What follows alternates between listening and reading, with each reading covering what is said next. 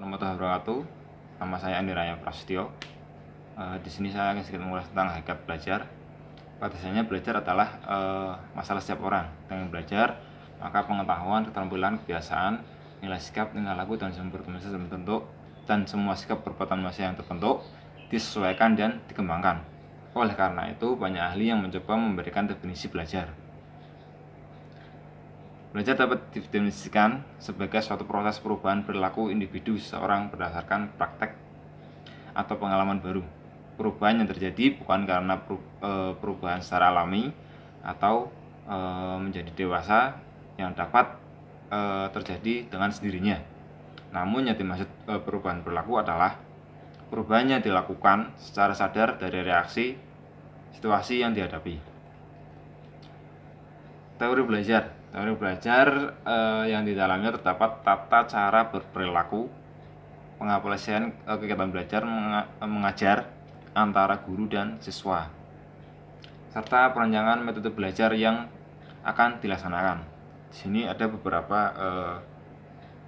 teori, antara lain adalah teori behaviorisme, adalah sebuah teori yang dicetuskan oleh Giggs dan Berlier tentang perubahan tingkah laku sebagai hasil dari pengalaman.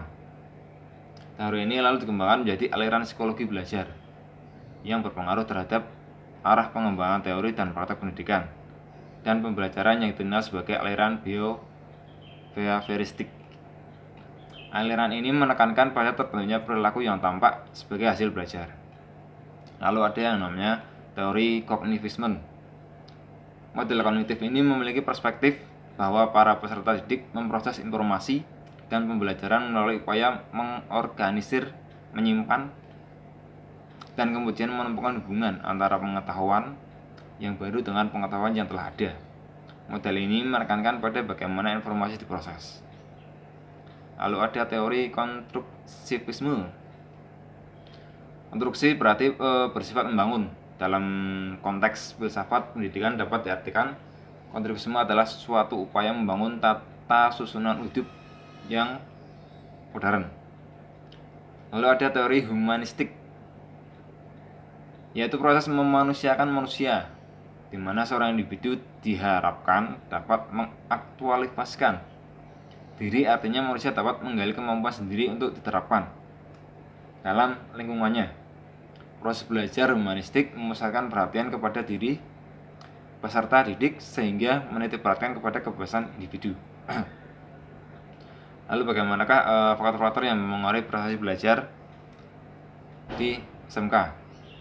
Ada dua hal, yaitu faktor internal yang bersumber pada diri siswa dan faktor eksternal yang bersumber dari luar siswa.